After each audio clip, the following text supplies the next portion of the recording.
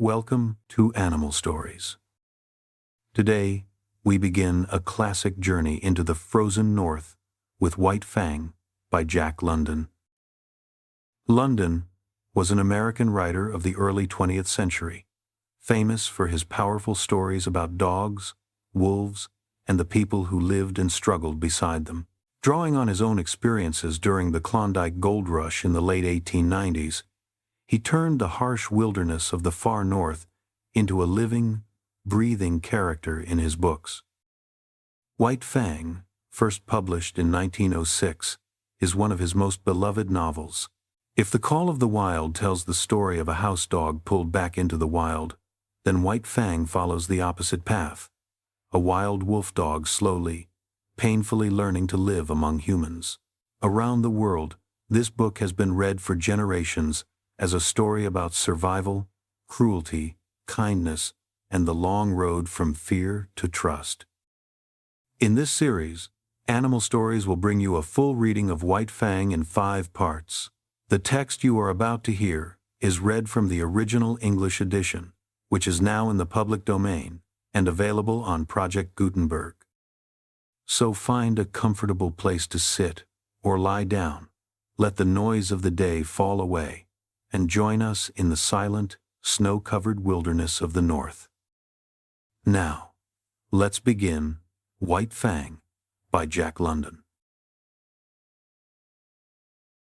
Part 1. Chapter 1. The Trail of the Meat. Dark spruce forest frowned on either side the frozen waterway. The trees had been stripped by a recent wind of their white covering of frost, and they seemed to lean towards each other, black and ominous, in the fading light. A vast silence reigned over the land. The land itself was a desolation, lifeless, without movement, so lone and cold that the spirit of it was not even that of sadness. There was a hint in it of laughter, but of a laughter more terrible than any sadness, a laughter that was mirthless as the smile of the Sphinx, a laughter cold as the frost and partaking of the grimness of infallibility. It was the masterful and incommunicable wisdom of eternity laughing at the futility of life and the effort of life. It was the wild, the savage, frozen-hearted Northland wild, but there was life, abroad in the land, and defiant. Down the frozen waterway toiled a string of wolfish dogs. Their bristly fur was rimed with frost. Their breath froze in the air as it left their mouths, spouting forth in spumes of vapor that settled upon the hair of their bodies and formed into crystals of frost. Leather harness was on the dogs, and leather traces attached them to a sled which dragged along behind. The sled was without runners. It was made of stout birch bark, and its full surface rested on the snow. The front end of the sled was turned up, like a scroll, in order to force down and under the bore of soft snow that surged like a wave before it. On the sled, securely lashed, was a long and narrow oblong box. There were other things on the sled, blankets, an axe, and a coffee pot and frying pan. But prominent, occupying most of the space, was the long and narrow oblong box. In advance of the dogs, on wide snowshoes, toiled a man. At the rear of the sled toiled a second man. On the sled, in the box, lay a third man whose toil was over, a man whom the wild had conquered and beaten down until he would never move nor struggle again.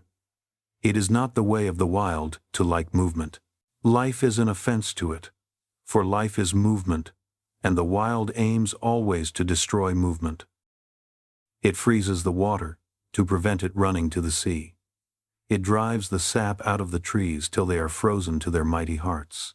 And most ferociously and terribly of all does the wild harry and crush into submission man who is the most restless of life, ever in revolt against the dictum that all movement must in the end come to the cessation of movement, but at front and rear, unawed and indomitable, toiled the 2 men who were not yet dead. Their bodies were covered with fur and soft-tanned leather. Eyelashes and cheeks and lips were so coated with the crystals from their frozen breath that their faces were not discernible. This gave them the seeming of ghostly masks, undertakers in a spectral world at the funeral of some ghost. But under it all they were men, penetrating the land of desolation and mockery and silence. Puny adventurers bent on colossal adventure, pitting themselves against the might of a world as remote and alien and pulseless as the abysses of space. They traveled on without speech, saving their breath for the work of their bodies. On every side was the silence, pressing upon them with a tangible presence.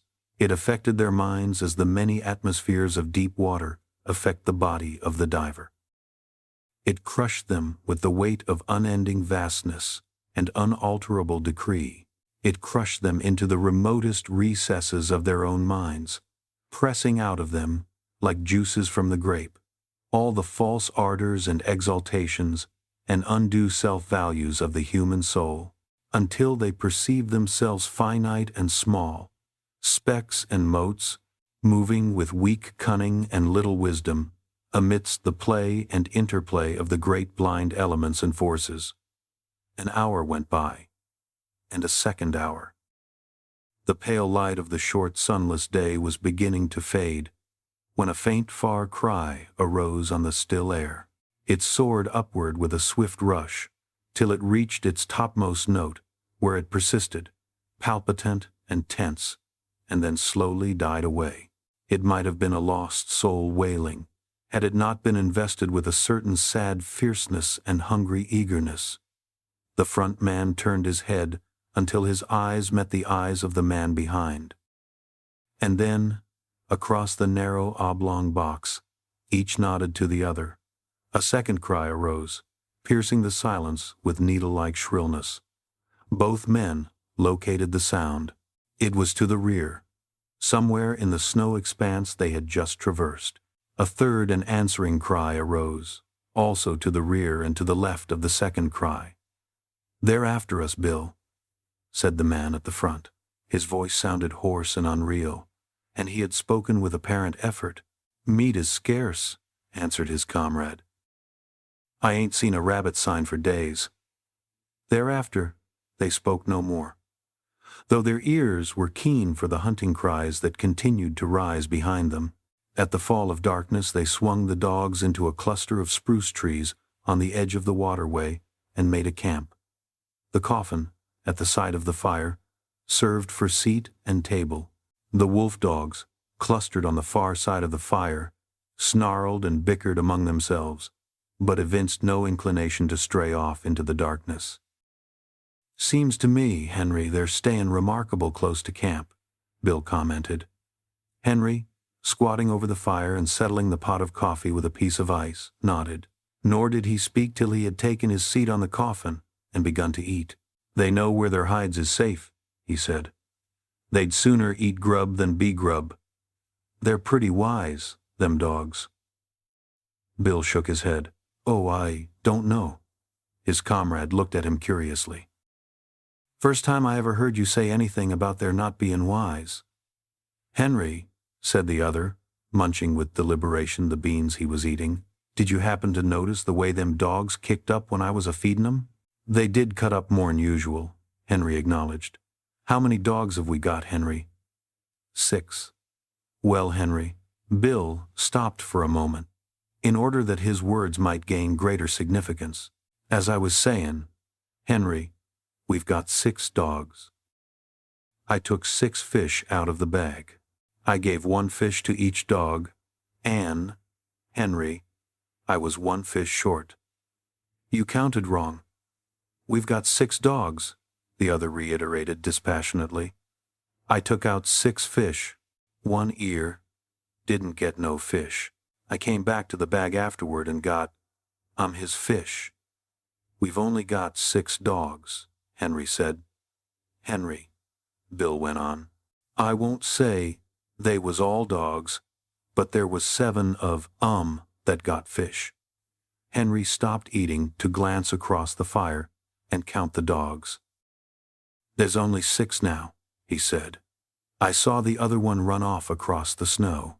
Bill announced with cool positiveness. I saw 7. Henry looked at him commiseratingly and said, I'll be almighty glad when this trip's over. What do you mean by that? Bill demanded. I mean that this load of iron is getting on your nerves, and that you're beginning to see things. I thought of that, Bill answered gravely. And so, when I saw it run off across the snow, I looked in the snow and saw its tracks.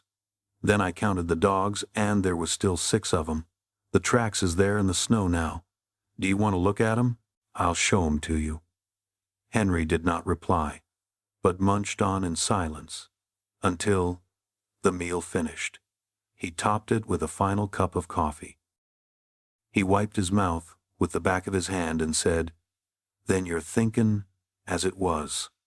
A long wailing cry, fiercely sad, from somewhere in the darkness, had interrupted him. He stopped to listen to it, then he finished his sentence with a wave of his hand toward the sound of the cry. One of them? Bill nodded. I'd a blame sight sooner think that than anything else. You noticed yourself the row the dogs made.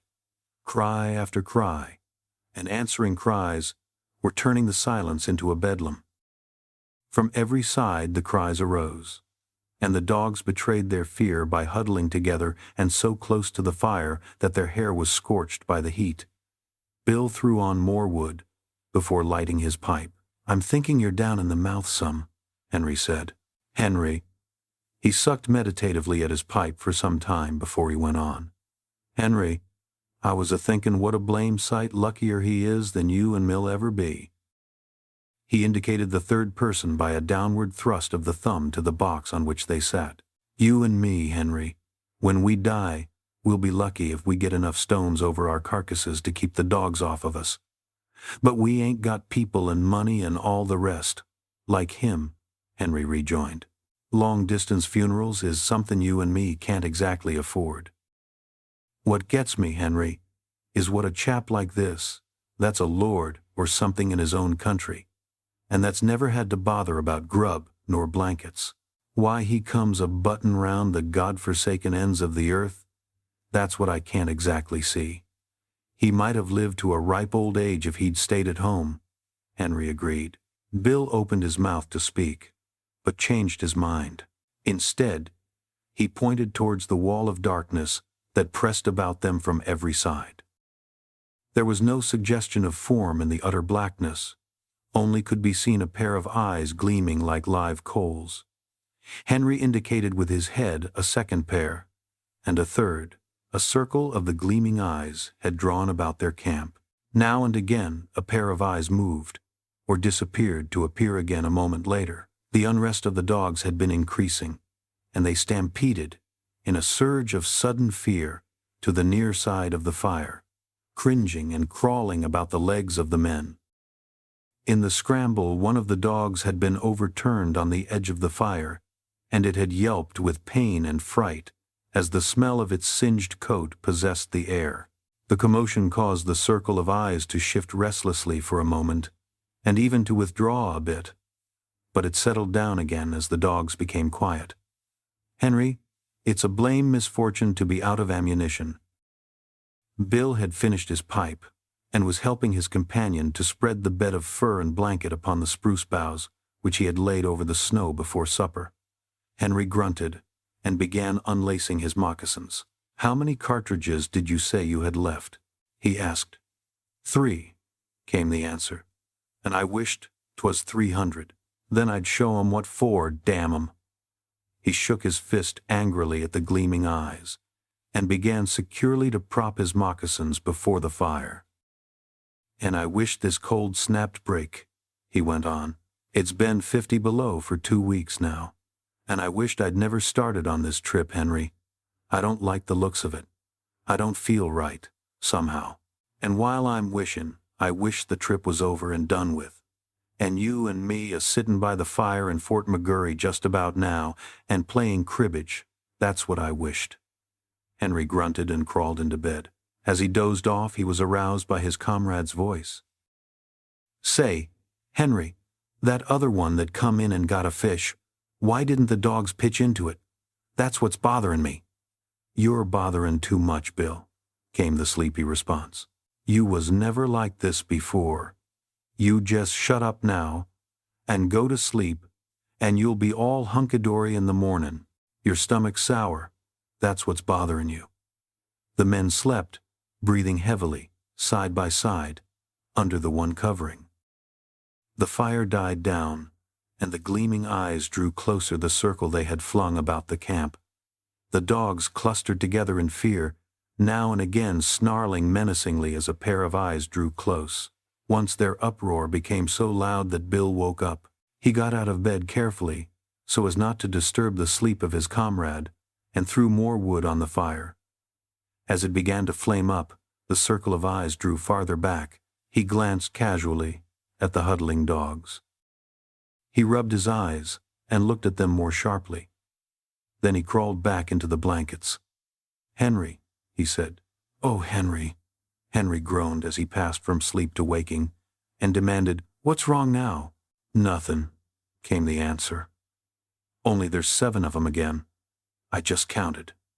Henry acknowledged receipt of the information with a grunt that slid into a snore as he drifted back into sleep. In the morning it was Henry who awoke first, and routed his companion out of bed. Daylight was yet 3 hours away, though it was already 6 o'clock. And in the darkness, Henry went about preparing breakfast, while Bill rolled the blankets and made the sled ready for lashing. "Say, Henry," he asked suddenly, "how many dogs did you say we had?" 6. "Wrong," Bill proclaimed triumphantly. "7 again?" Henry queried. "No, 5. One's gone." "The hell!" Henry cried in wrath, leaving the cooking to come and count the dogs. "You're right, Bill," he concluded. "Fatty's gone. And he went like greased lightning once he got started. Couldn't have seen him for smoke. No chance at all," Henry concluded. They just swallowed. "I'm alive. I bet he was yelping as he went down their throats. Damn him." "He always was a fool dog," said Bill. "But no fool dog ought to be fool enough to go off and commit suicide that way." He looked over the remainder of the team with a speculative eye that summed up instantly the salient traits of each animal. "I bet none of the others would do it."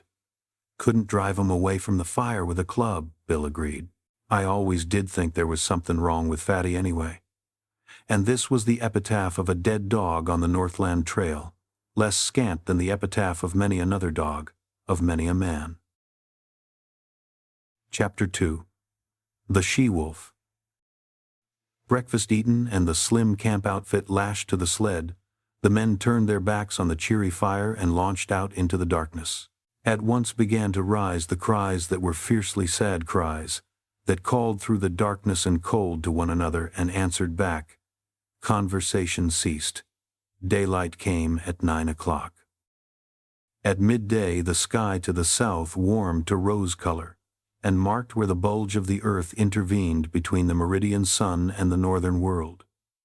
But the rose color swiftly faded. The gray light of day that remained lasted until 3 o'clock, when it too faded, and the pall of the Arctic night descended upon the lone and silent land. As darkness came on, the hunting cries to right and left and rear drew closer, so close that more than once they sent surges of fear through the toiling dogs, throwing them into short-lived panics. At the conclusion of one such panic, when he and Henry had got the dogs back in the traces, Bill said, "I wish they'd strike game somewheres, and go away and leave us alone. They do get on the nerves horrible," Henry sympathized. They spoke no more until camp was made. Henry was bending over and adding ice to the babbling pot of beans when he was startled by the sound of a blow, an exclamation from Bill, and a sharp snarling cry of pain from among the dogs. He straightened up in time to see a dim form disappearing across the snow into the shelter of the dark. Then he saw Bill, standing amid the dogs, half triumphant, half crestfallen. In one hand a stout club, in the other the tail and part of the body of a sun-cured salmon. "It got half of it," he announced, "but I got a whack at it jes the same. Do you hear it squeal?" "What it look like?" Henry asked. "Couldn't see."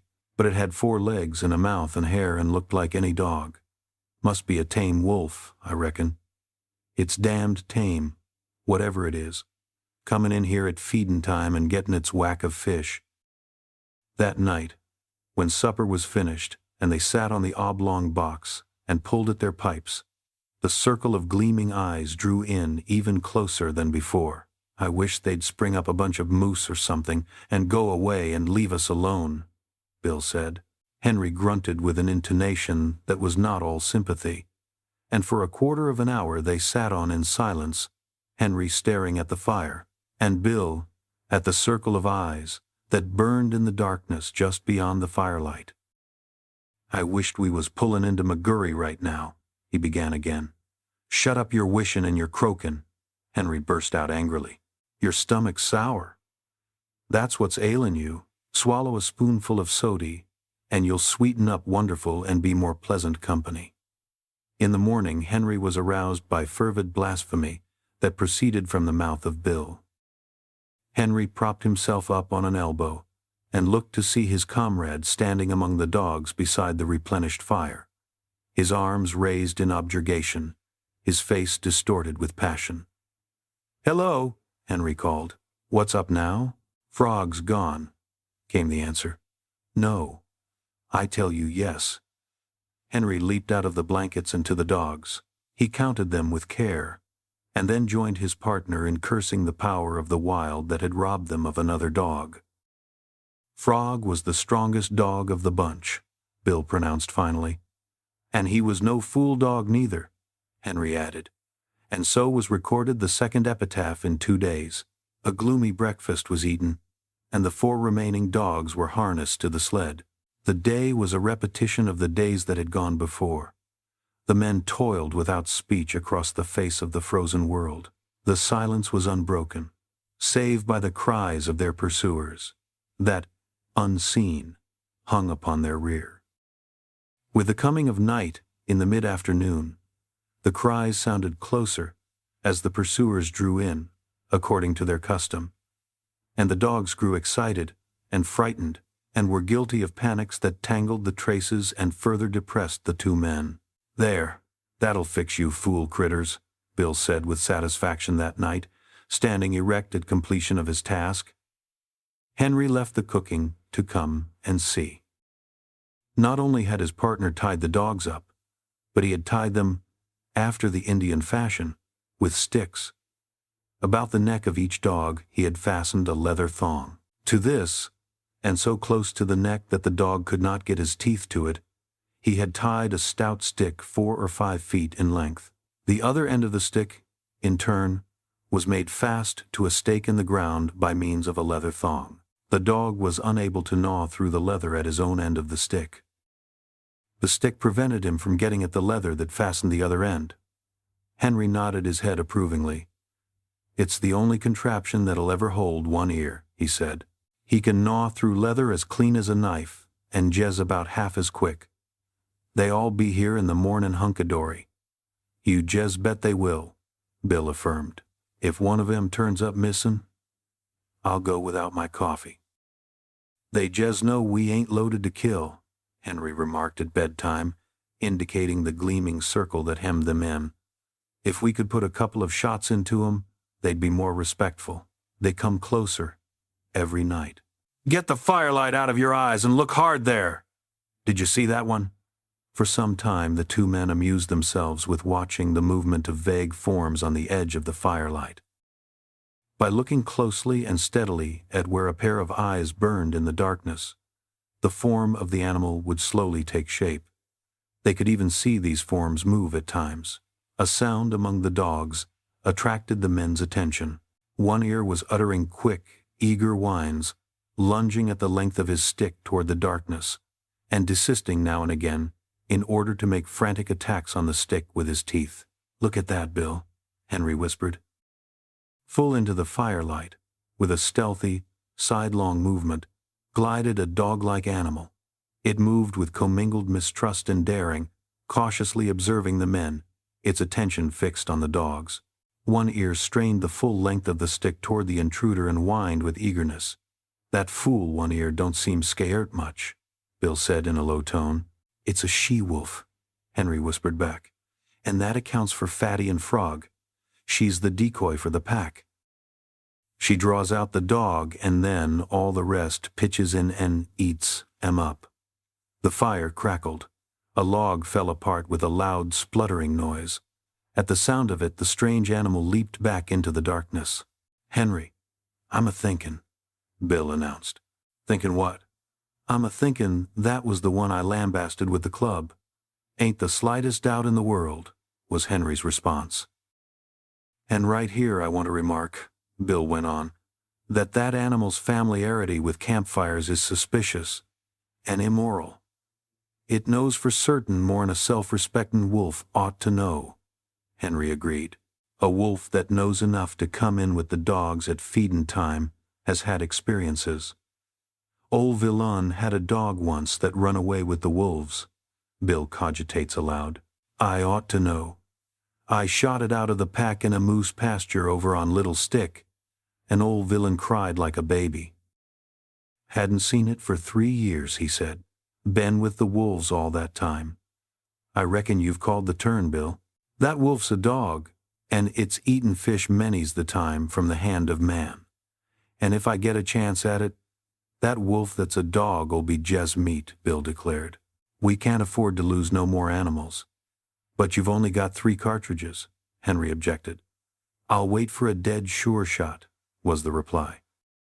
In the morning, Henry renewed the fire and cooked breakfast to the accompaniment of his partner's snoring. You was sleepin' Jez too comfortable for anything, Henry told him as he routed him out for breakfast. I hadn't the heart to rouse you. Bill began to eat sleepily. He noticed that his cup was empty and started to reach for the pot. But the pot was beyond arm's length and beside Henry. Say, Henry, he chided gently, ain't you forgot something? Henry looked about with great carefulness and shook his head. Bill held up the empty cup. You don't get no coffee, Henry announced. Ain't run out? Bill asked anxiously. Nope.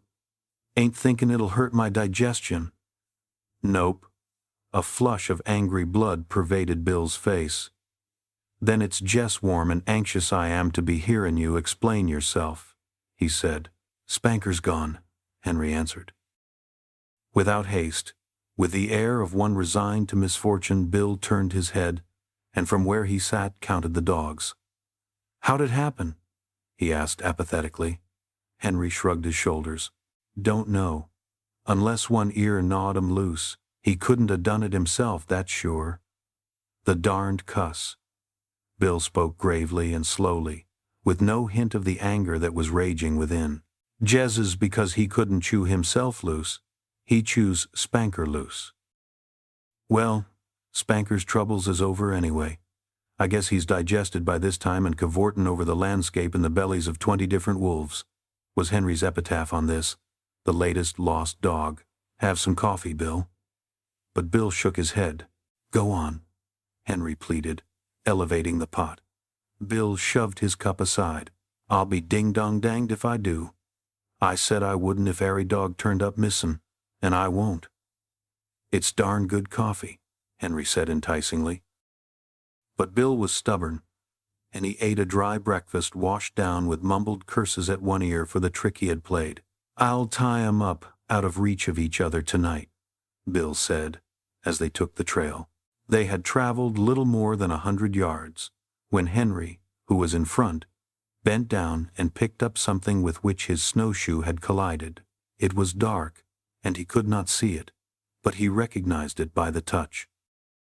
He flung it back, so that it struck the sled and bounced along until it fetched up on Bill's snowshoes. Mebbe you'll need that in your business, Henry said. Bill uttered an exclamation. It was all that was left of Spanker the stick with which he had been tied. They ate, hide and all, Bill announced. The stick's as clean as a whistle. They've ate the leather off both ends. They're damn hungry, Henry, and they'll have you and me guessin' before this trip's over. Henry laughed defiantly. I ain't been trailed this way by wolves before, but I've gone through a whole lot worse and kept my health. Takes more'n a handful of them pesky critters to do for yours truly, Bill, my son." I don't know," Bill muttered ominously. "Well, you'll know all right when we pull into McGurry." "I ain't feelin' special enthusiastic," Bill persisted. "You're off color. That's what's the matter with you," Henry dogmatized. "What you need is quinine, and I'm going to dose you up stiff as soon as we make McGurry." Bill grunted his disagreement with the diagnosis and lapsed into silence. The day was like all the days. Light came at 9 o'clock. At 12 o'clock the southern horizon was warmed by the unseen sun, and then began the cold gray of afternoon that would merge, 3 hours later, into night. It was just after the sun's futile effort to appear that Bill slipped the rifle from under the sled lashings and said, "You keep right on, Henry. I'm going to see what I can see." "You'd better stick by the sled," his partner protested. "You've only got 3 cartridges, and there's no telling what might happen." "Who's croaking now?" Bill demanded triumphantly. Henry made no reply and plodded on alone, though often he cast anxious glances back into the gray solitude where his partner had disappeared.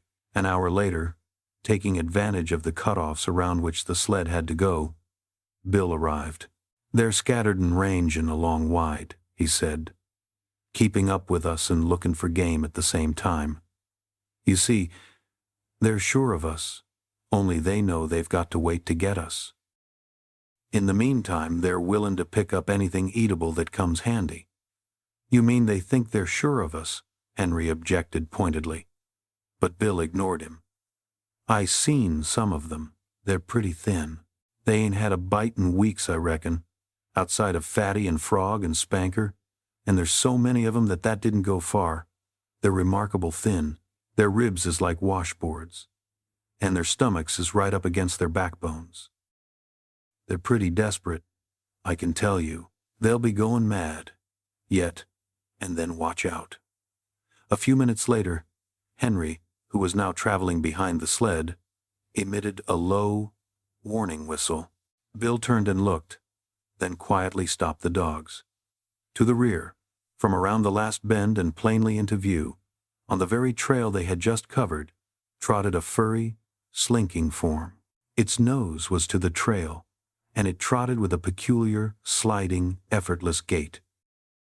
When they halted, it halted, throwing up its head and regarding them steadily with nostrils that twitched as it caught and studied the scent of them. "It's the she-wolf," Bill answered. The dogs had lain down in the snow, and he walked past them to join his partner in the sled. Together they watched the strange animal that had pursued them for days and that had already accomplished the destruction of half their dog team.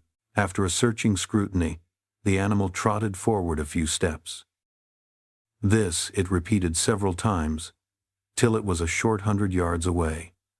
It paused, head up, close by a clump of spruce trees, and with sight and scent studied the outfit of the watching men. It looked at them in a strangely wistful way, after the manner of a dog. But in its wistfulness, there was none of the dog affection. It was a wistfulness bred of hunger, as cruel as its own fangs, as merciless as the frost itself. It was large for a wolf, its gaunt frame advertising the lines of an animal that was among the largest of its kind. "Stands pretty close to 2.5 feet at the shoulders," Henry commented. "And I'll bet it ain't far from 5 feet long." "Kind of strange color for a wolf," was Bill's criticism. "I never seen a red wolf before. Looks almost cinnamon to me."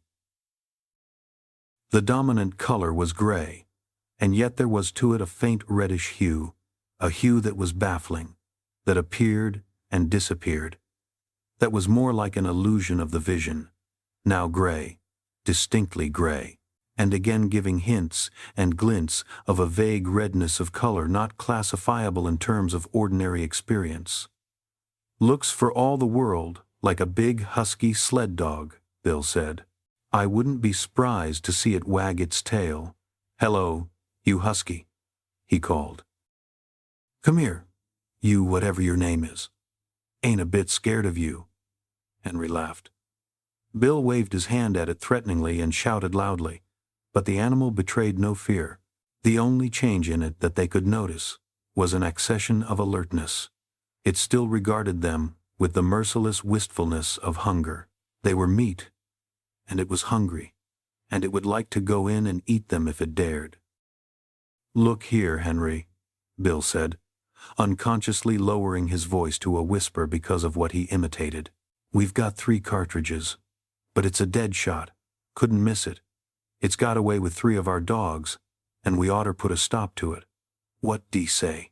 Henry nodded his consent. Bill cautiously slipped the gun from under the sled lashing. The gun was on the way to his shoulder, but it never got there.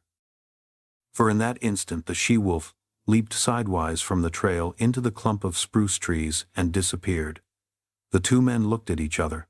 Henry whistled, long and comprehendingly. "I might have knowed it," Bill chided himself aloud as he replaced the gun. "Of course, a wolf that knows enough to come in with the dogs at feedin' time know all about shooting irons.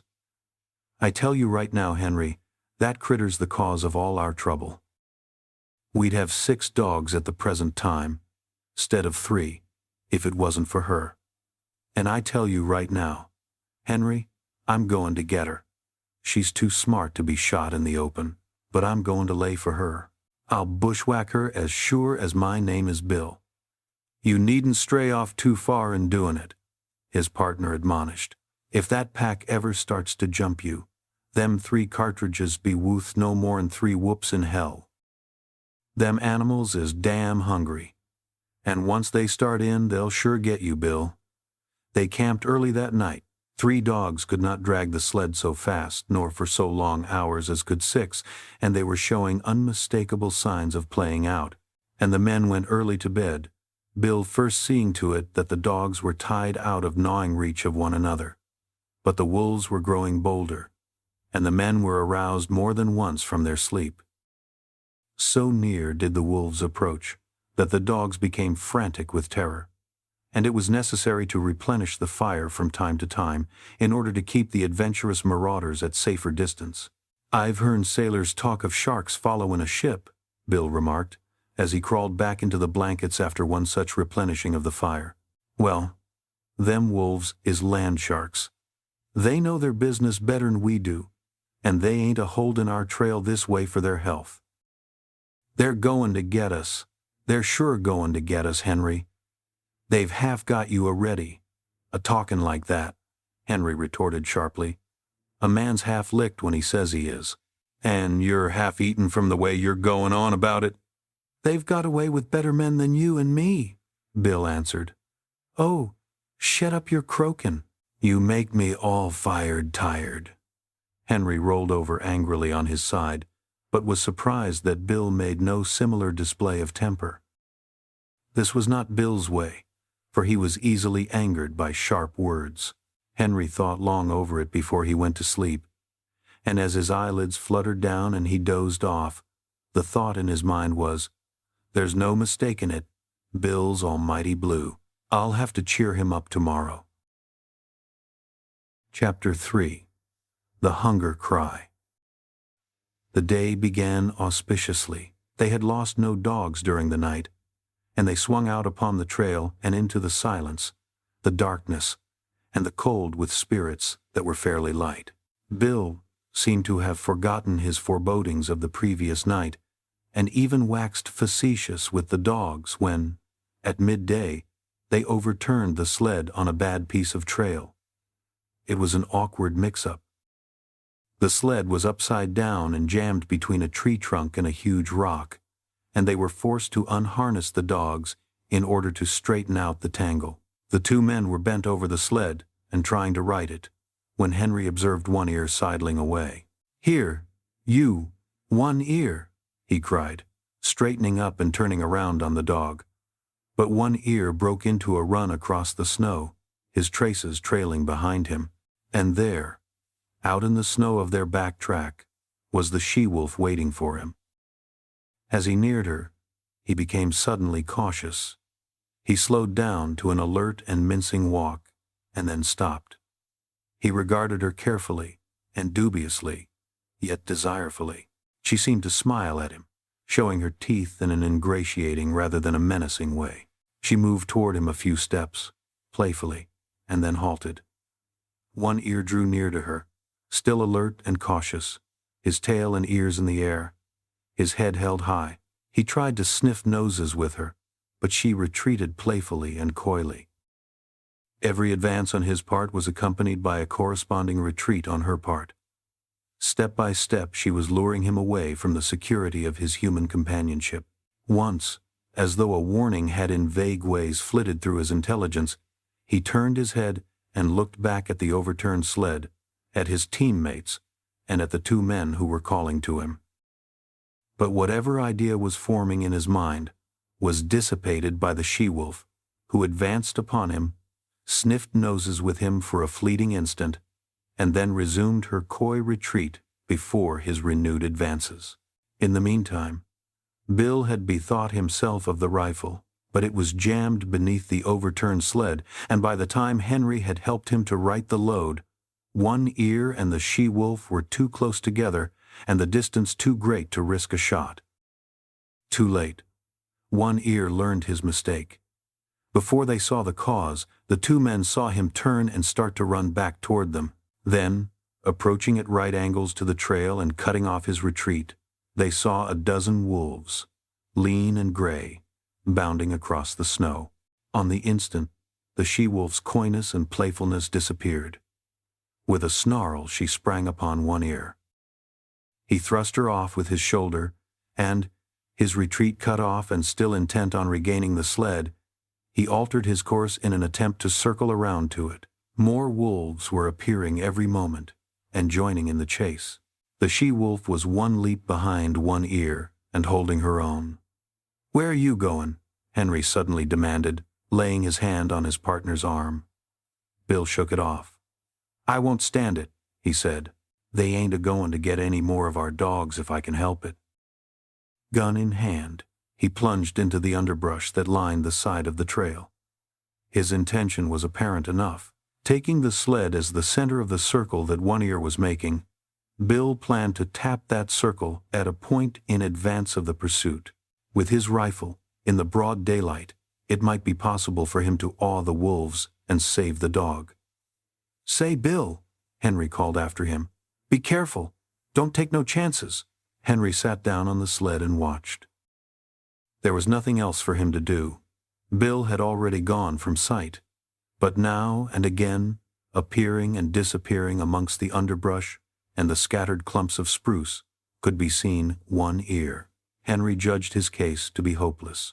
The dog was thoroughly alive to its danger, but it was running on the outer circle while the wolf pack was running on the inner and shorter circle.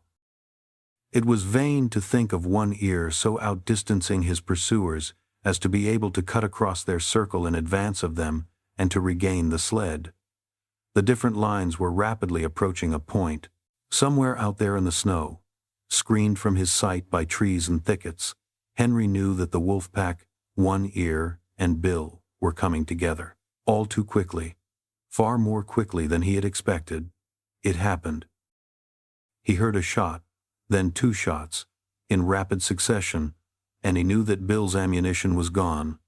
Then he heard a great outcry of snarls and yelps. He recognized One Ear's yell of pain and terror, and he heard a wolf cry that bespoke a stricken animal, and that was all. The snarls ceased. The yelping died away. Silence settled down again over the lonely land. He sat for a long while upon the sled. There was no need for him to go and see what had happened. He knew it as though it had taken place before his eyes. Once, he roused with a start and hastily got the axe out from underneath the lashings. But for some time longer he sat and brooded, the two remaining dogs crouching and trembling at his feet. At last he arose in a weary manner, as though all the resilience had gone out of his body, and proceeded to fasten the dogs to the sled. He passed a rope over his shoulder, a man trace, and pulled with the dogs. He did not go far. At the first hint of darkness he hastened to make a camp, and he saw to it that he had a generous supply of firewood. He fed the dogs, cooked and ate his supper, and made his bed close to the fire. But he was not destined to enjoy that bed. Before his eyes closed, the wolves had drawn too near for safety.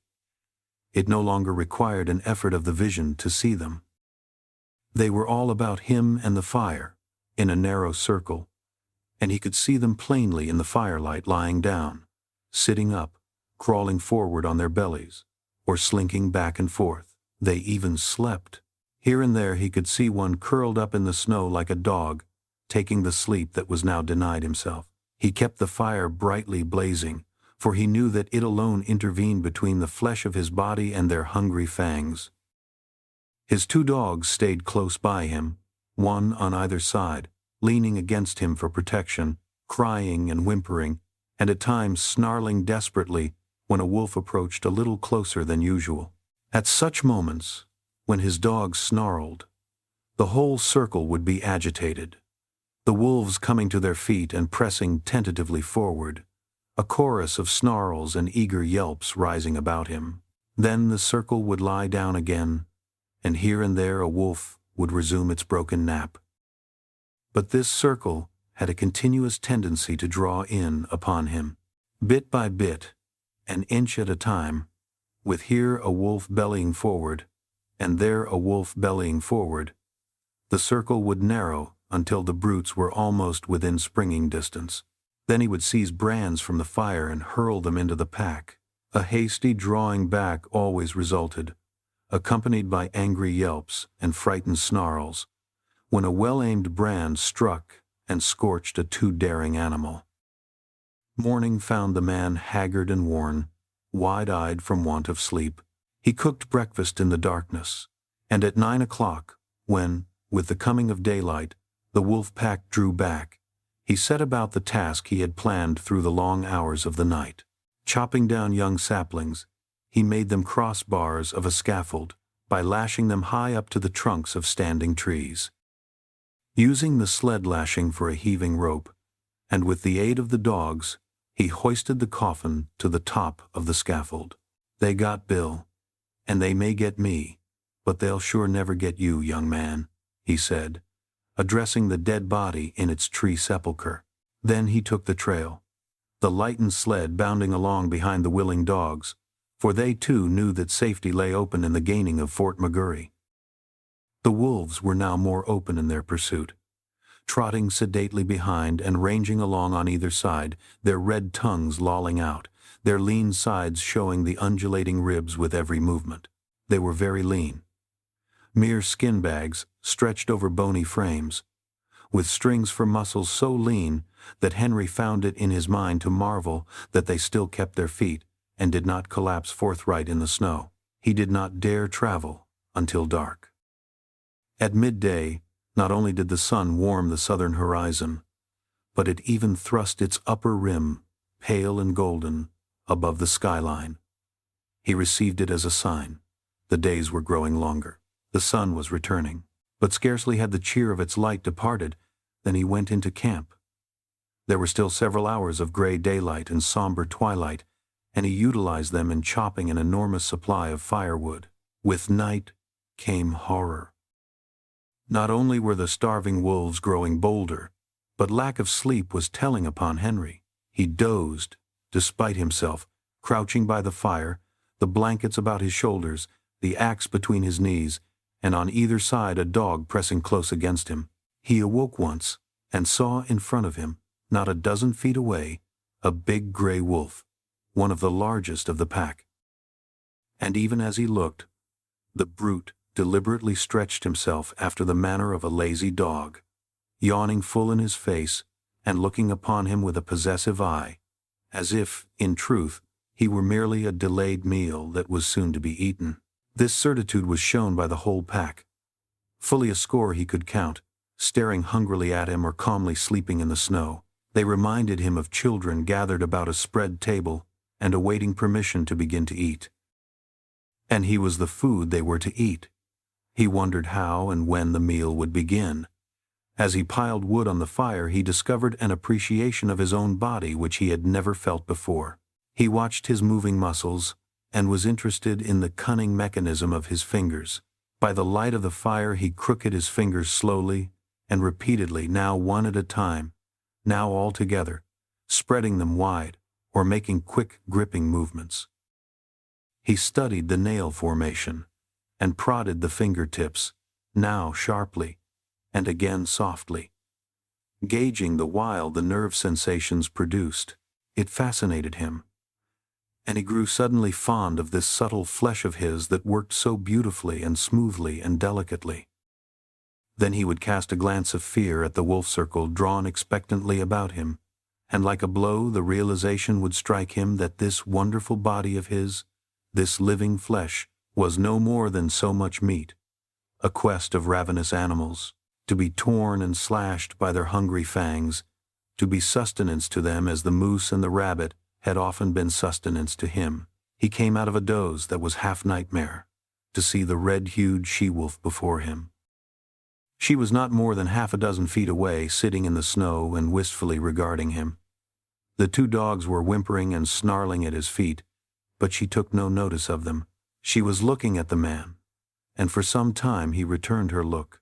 There was nothing threatening about her. She looked at him merely with a great wistfulness, but he knew it to be the wistfulness of an equally great hunger. He was the food, and the sight of him excited in her the gustatory sensations. Her mouth opened, the saliva drooled forth, and she licked her chops with the pleasure of anticipation. A spasm of fear went through him.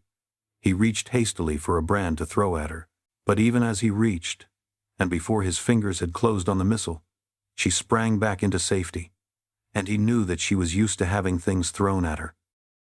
She had snarled as she sprang away, baring her white fangs to their roots, all her wistfulness vanishing, being replaced by a carnivorous malignity that made him shudder. He glanced at the hand that held the brand, noticing the cunning delicacy of the fingers that gripped it, how they adjusted themselves to all the inequalities of the surface, curling over and under and about the rough wood, and one little finger, too close to the burning portion of the brand, sensitively and automatically writhing back from the hurtful heat to a cooler gripping place, and in the same instant he seemed to see a vision of those same sensitive and delicate fingers being crushed and torn by the white teeth of the she-wolf. Never had he been so fond of this body of his, as now when his tenure of it was so precarious. All night, with burning brands, he fought off the hungry pack. When he dozed despite himself, the whimpering and snarling of the dogs aroused him. Morning came, but for the first time the light of day failed to scatter the wolves. The man waited in vain for them to go. They remained in a circle about him and his fire, displaying an arrogance of possession that shook his courage born of the morning light. He made one desperate attempt to pull out on the trail, but the moment he left the protection of the fire, the boldest wolf leaped for him, but leaped short. He saved himself by springing back, the jaws snapping together a scant 6 inches from his thigh. The rest of the pack was now up and surging upon him, and a throwing of firebrands right and left was necessary to drive them back to a respectful distance. Even in the daylight he did not dare leave the fire to chop fresh wood. 20 feet away towered a huge dead spruce. He spent half the day extending his campfire to the tree, at any moment a half-dozen burning faggots ready at hand to fling at his enemies.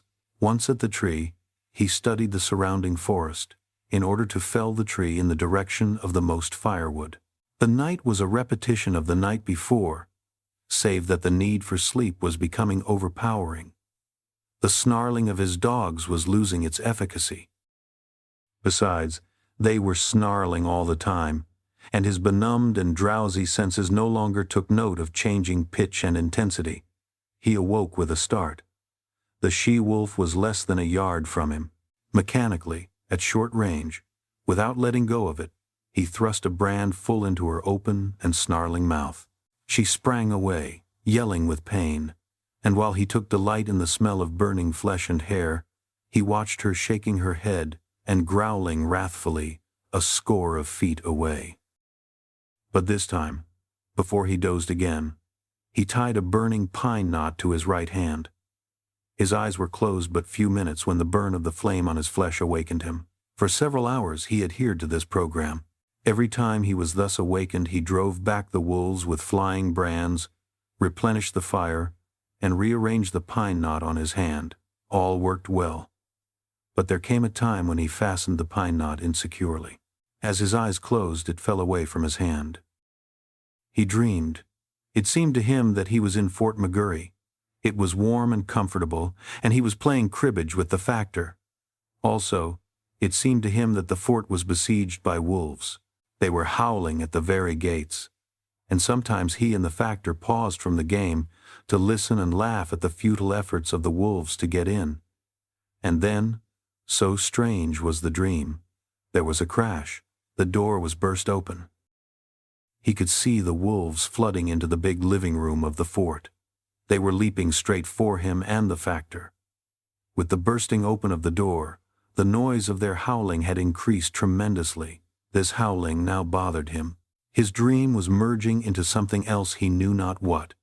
But through it all, following him, persisted the howling. And then he awoke to find the howling real. There was a great snarling and yelping. The wolves were rushing him. They were all about him and upon him. The teeth of one had closed upon his arm. Instinctively he leaped into the fire, and as he leaped, he felt the sharp slash of teeth that tore through the flesh of his leg. Then began a firefight. His stout mittens temporarily protected his hands, and he scooped live coals into the air in all directions, until the campfire took on the semblance of a volcano. But it could not last long. His face was blistering in the heat. His eyebrows and lashes were singed off, and the heat was becoming unbearable to his feet. With a flaming brand in each hand, he sprang to the edge of the fire. The wolves had been driven back. On every side, wherever the live coals had fallen, the snow was sizzling, and every little while, a retiring wolf, with wild leap and snort and snarl, announced that one such live coal had been stepped upon. Flinging his brands at the nearest of his enemies, the man thrust his smoldering mittens into the snow and stamped about to cool his feet. His 2 dogs were missing, and he well knew that they had served as a course in the protracted meal which had begun days before with Fatty, the last course of which would likely be himself in the days to follow. "You ain't got me yet," he cried, savagely shaking his fist at the hungry beasts, and at the sound of his voice, the whole circle was agitated. There was a general snarl, and the she-wolf slid up close to him across the snow and watched him with hungry wistfulness. He set to work to carry out a new idea that had come to him. He extended the fire into a large circle. Inside this circle he crouched, his sleeping outfit under him as a protection against the melting snow. When he had thus disappeared within his shelter of flame, the whole pack came curiously to the rim of the fire to see what had become of him. Hitherto they had been denied access to the fire, and they now settled down in a close-drawn circle, like so many dogs, blinking and yawning and stretching their lean bodies in the unaccustomed warmth. Then the she-wolf sat down, pointed her nose at a star, and began to howl. One by one the wolves joined her, till the whole pack, on haunches, with noses pointed skyward, was howling its hunger cry. Dawn came, and daylight, the fire was burning low. The fuel had run out, and there was need to get more. The man attempted to step out of his circle of flame, but the wolves surged to meet him. Burning brands made them spring aside, but they no longer sprang back. In vain he strove to drive them back. As he gave up and stumbled inside his circle, a wolf leaped for him, missed, and landed with all 4 feet in the coals. It cried out with terror, at the same time snarling, and scrambled back to cool its paws in the snow. The man sat down on his blankets in a crouching position. His body leaned forward from the hips, his shoulders relaxed and drooping, and his head on his knees advertised that he had given up the struggle. Now and again he raised his head to note the dying down of the fire. The circle of flame and coals was breaking into segments with openings in between. These openings grew in size, the segments diminished. "I guess you can come and get me any time," he mumbled. "Anyway, I'm going to sleep." Once he awakened, and in an opening in the circle, directly in front of him, he saw the she-wolf gazing at him. Again he awakened, a little later. Though it seemed hours to him, a mysterious change had taken place, so mysterious a change that he was shocked, wider awake. Something had happened. He could not understand at first. Then he discovered it. The wolves were gone. Remained only the trampled snow to show how closely they had pressed him. Sleep was welling up and gripping him again. His head was sinking down upon his knees. When he roused with a sudden start, there were cries of men, and churn of sleds, the creaking of harnesses, and the eager whimpering of straining dogs. 4 sleds pulled in from the riverbed to the camp among the trees. Half a dozen men were about the man who crouched in the center of the dying fire. They were shaking and prodding him into consciousness. He looked at them like a drunken man and maundered in strange, sleepy speech. "Red she-wolf, come in with the dogs at feedin' time." First she ate the dog food, then she ate the dogs, and after that she ate Bill. "Where's Lord Alfred?" one of the men bellowed in his ear, shaking him roughly. He shook his head slowly. "No, she didn't eat him. He's roostin' in a tree at the last camp." "Dead," the man shouted. "And in a box," Henry answered. He jerked his shoulder petulantly away from the grip of his questioner. "Say, you lemme alone. I'm jes' plump, tuckered out. Goo night, everybody." His eyes fluttered and went shut. His chin fell forward on his chest. And even as they eased him down upon the blankets, his snores were rising on the frosty air. But there was another sound. Far and faint it was, in the remote distance, the cry of the hungry wolf pack as it took the trail of other meat than the man it had just missed.